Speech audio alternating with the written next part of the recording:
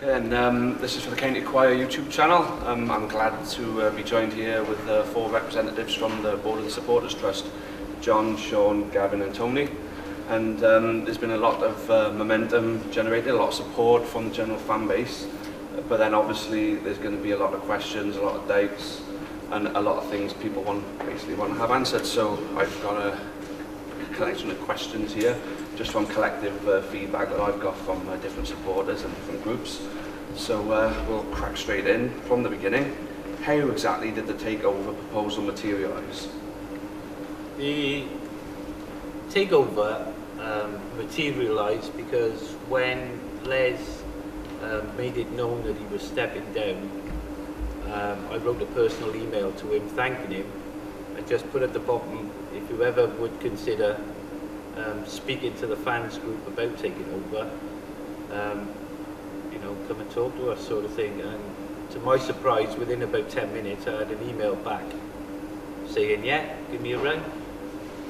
And that's where we went from there then. So this wasn't something that was in the pipeline previously? No, totally off. I just did it as a, you know, like I said, as I thanked him, and a bit of a cheeky thing to ask, and this is how it came about.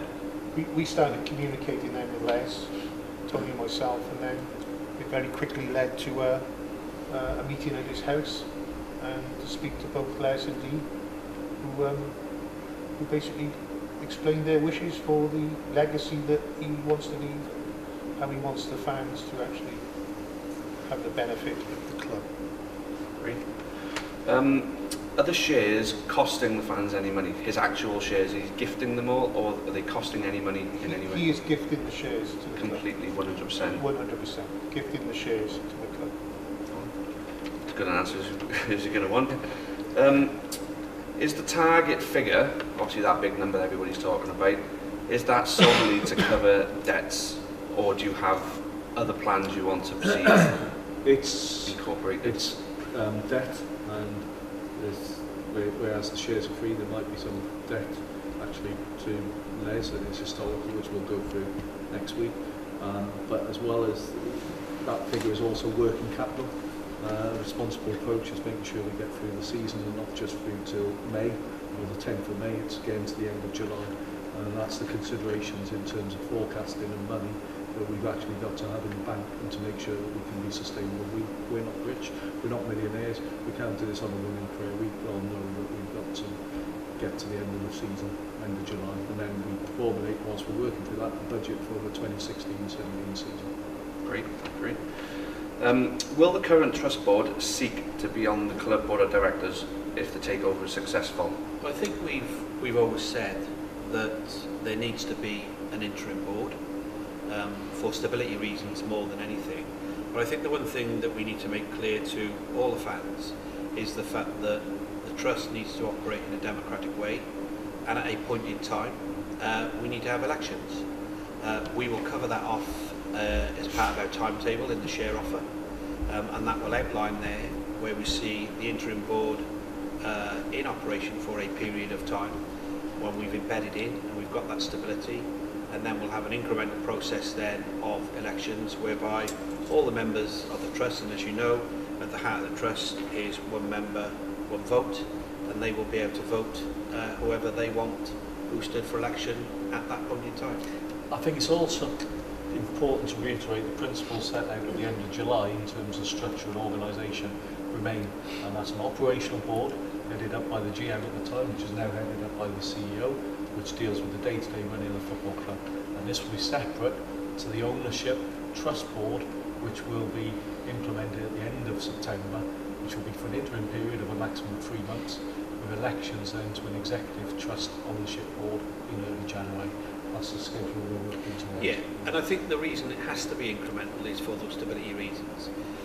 You know, it is really important we do this thing. It is really important we commit to that, but we've also got to recognise that, you know, we're doing this to give this club the stability, and therefore the last thing we want to do is to, by the very nature of rushing to do something, we then create instability, and that's not the intention of this. Of course, yeah. Where do all the supporters groups come into it? Is it a group amalgamation under the trust banner the best way forward? as we've seen tonight, and we recognise that all the supporters groups have their own identity. What we want is for that identity to continue. Each of the supporters groups have done some fantastic work in terms of raising funds for different parts of the club. What, as we put out in our governance model, we want that to come together as part of the supporters group, and as part of the governance model we will have a lead on there to bring that together, so that we make sure that, for instance, when you're doing fundraising, you've not got the county choir doing it on a Friday night and then small council doing it on the Saturday night. So we just want to make sure that it's coordinated in the right way, so when people are putting in their time and effort, we make sure they're rewarded in the right way by raising as much as we can in support of the club. But vitally, as well as recognising the independence and the unique identity of each of them groups to continue as well. So it's a flexible model where they can retain it. Great. What kind of individuals will make up the ideal board of directors if you take control? Will it be businessmen, fans, yourselves? Everything, isn't it? Well, personally, I think that what disappoints me all the time is the polarisation about the idea of a trust, and it's almost got to be a sort of village hall committee, and that you're not a proper person that sits on a trust, and you're not a proper businessman. I think sooner we get away from that and actually say, look, you can be a very, very successful businessman, you can sit on the trust board. And I don't know what the issue is with Newport, why it seems this issue. If you look at Exeter, if you look at Wickham, there's solicitors, accountants, there's all sorts of professional business people actually sit on a trust board. That's the board and trust board and the way of working. I think, want to see in the future I think as the well. key here is that the club is in the ownership of the fans. Yeah. Right? Yeah. Who sits on the board It's decided by them. is decided by them. And with a bit of luck, all going well, democratic elections will take place as soon as possible. 3 months possibly, if we can get it all to work as well as we hope. But the fans and the supporters will decide who they want to democratically elect to the board, and that is part of the supporters direct mandate that will be moving forward on. I think the interesting part about this model is the fact that you need a variety of skill sets from all different walks of life.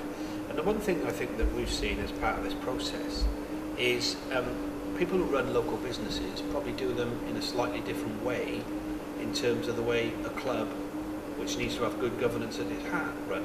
So I think there's a mixture of things for me within that, and in my mind, there needs to be a place for that on the board to ensure that the club runs and the model runs as we're intending for it to be set up. Great. So I'm not asking for any names, but are you talking to anybody at the moment? Trying to get interest Yes, outside the trust? outside of the trust? Well, we're welcoming input and volunteers and skills and expertise. We've had in excess of 10 offers of help from people that have sat on a FTSE 100 company board, including people with background with voluntary and fundraising ideas, people that are present in the community as well, and working with other charities. We've got a whole range of different people that have offered to give their time and expertise to that, so they're being brought into the fold and they've been gathered. We're also having a dialogue with a range of local businessmen as well, and actually recognising that there needs to be business input into the actual trust model as well. So the idea that it's excluding certain businesses is... I think we're hoping that more will come forward. It's open now for people to approach us as well, and come forward and... I'd agree with that, Tony. And I think the other thing is as well that we're looking to your groups, which is why we met tonight as well, so that umbrella goes out and out. If you think of Newport, the size of the city and the size of the postcode it reaches out, we can't do that ourselves. We need to draw people in to help us arrive at that position, and that's why it's important that we pull everybody in together as we did tonight. Great. What would you say to any fans who are less than optimistic of this model's ability to take the club forward? Well, I mean, in my mind, firstly, I think they've got to get involved. And if they get involved, they understand how the model works. And the other thing for me as well, that if you look at this, you've got to remember that we've been guided by professional advisors within Supporters Direct. And the other thing is you've got to look at the success of those that they've taken through the process as well. As you saw in the open meeting, there's a raft of clubs. And one of the things that we didn't talk about in the meeting earlier on that might be beneficial to our launch is actually to have a Exeter or a Wickham or whatever who've gone through the process here as a case study. And we've had emails from them wishing us luck. And so in my mind, I think if somebody has hesitations, get in touch, get involved. Because if you get involved, you'll see it from the inside, as you've done tonight, in terms of what we're trying to achieve and what we're trying to achieve. I think a good example would be the Berry model for last year. Similar process took place, and it succeeded to the highest level with them getting promoted back to Division 1 immediately. So. I think also that question is really interesting, and it's almost like framed as almost a misconception that it's someone else imposing it on the fans. You switch it round, will this model work? Well, to be honest, it's up to you in essence. Yeah, that's of course, the real answer. I agree with that, yeah.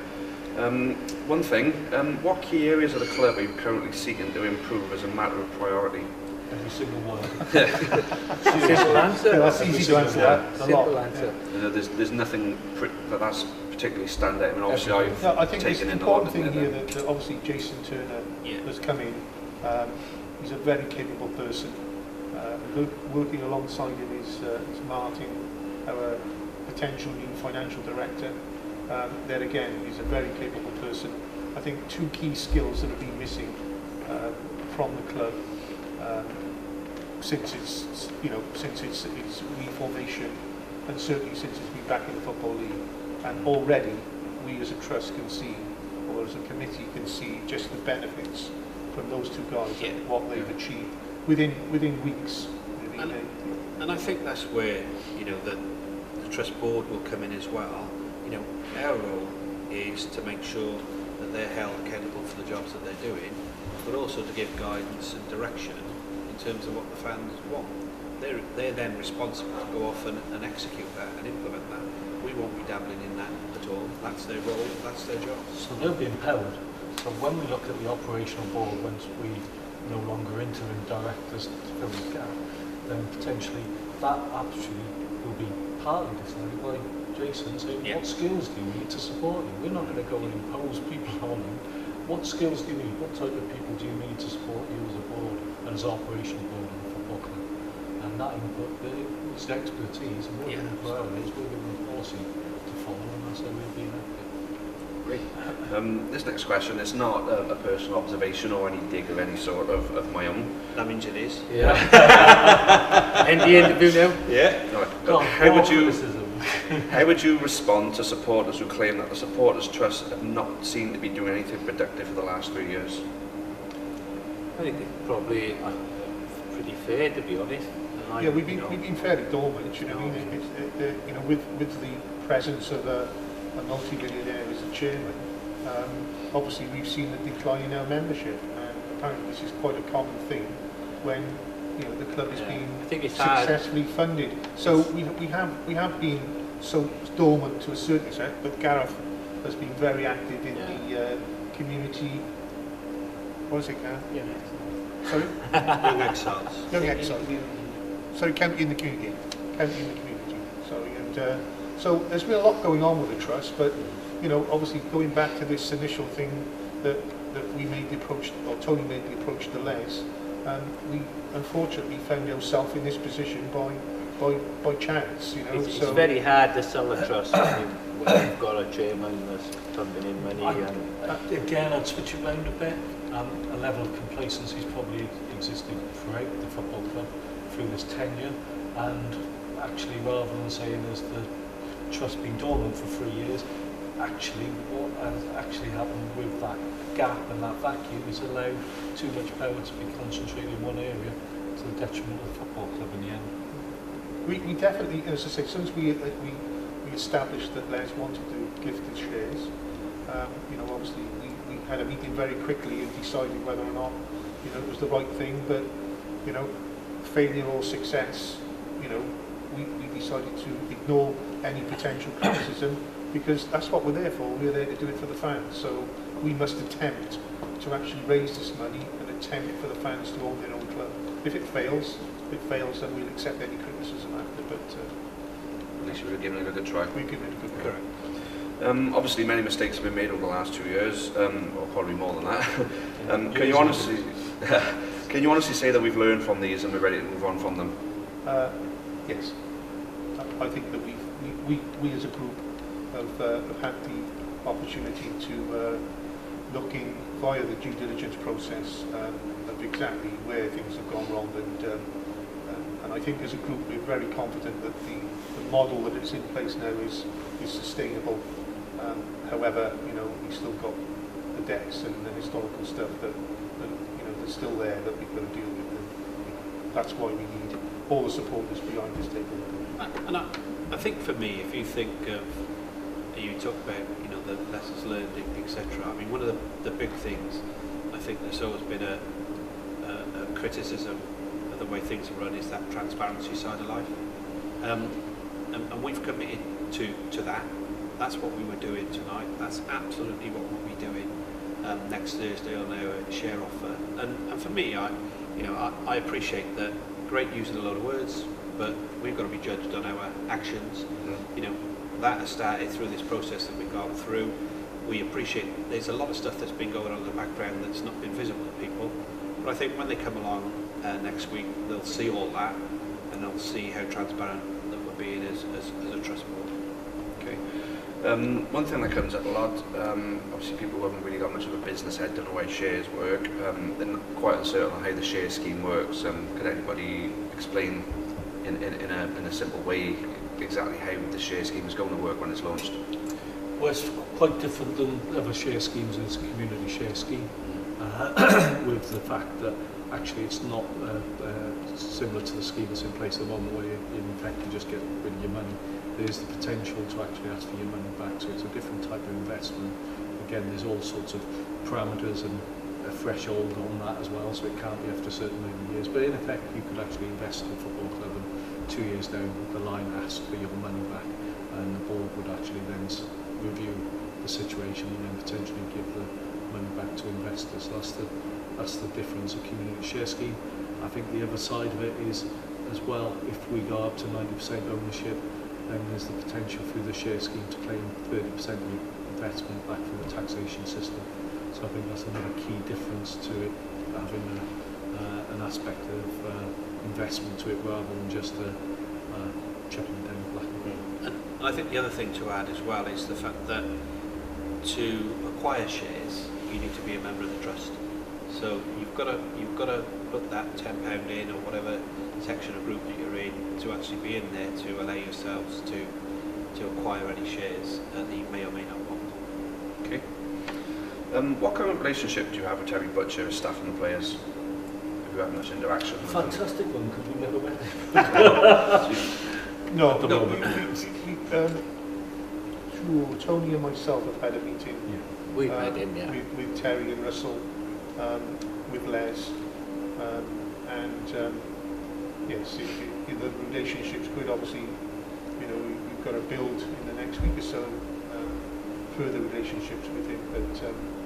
But you know, the information fed back from him that he's very much behind the trust stroke supporter bid. Will the progression of the youth system be a primary focus as we move forward? Yeah, one It word, always yes. will be, won't it? I think it's very important. I think that's evident now with the youngsters that we've got, and a lot of credit has got to go to the Smile Council, yeah, that have actually raised the money and kept that going. They've worked tirelessly on that, and they must be mentioned. And it's paying off now. And I think, you know, if we could replicate what Exeter has achieved as a football club and as a trust, and that investment in youth and stability of manager there, actually that ends up resulting in one of the youth products going from 1.4 million to a Premiership club. Yeah. That would be fantastic, because that would come to us to reinvest into the team. Great. Just one final one. What sort of words would you have, of convincing words you have to the sceptical supporter to convince them that this is the right move for this football club?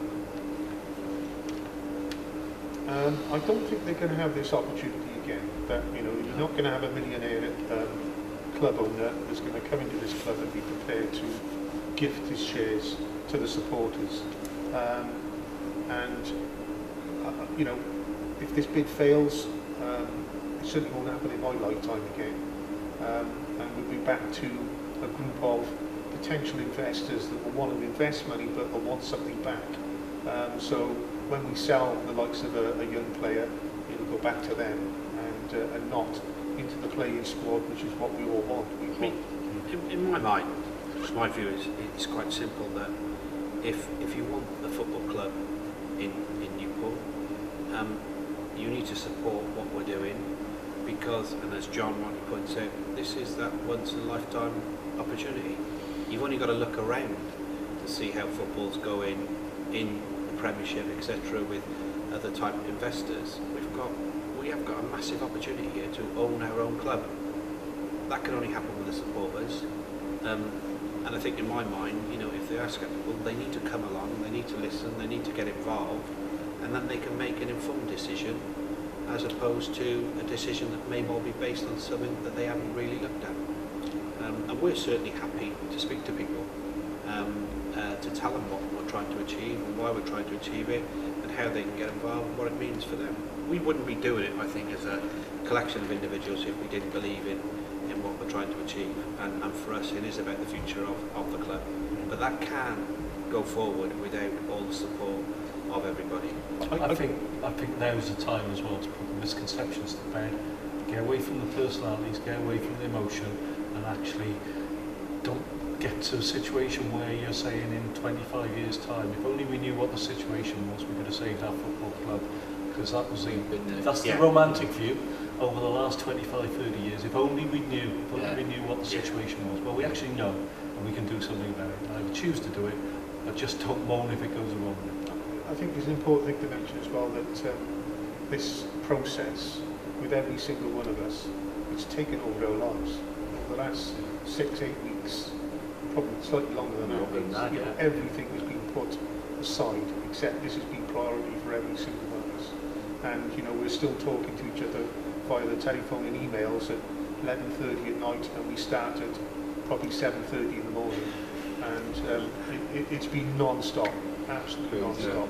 The only time my email's gone quiet was when we've all just been sat in that room together. That's the first time I can remember now for about 6 weeks. And the other thing I would just say, please don't think that this is exclusive. It's not exclusive club. This opportunity is for anybody that wants to get involved. It's not going to be a carver. Anybody that wants to get involved or contribute, there'll be an opportunity there'll be full transparency.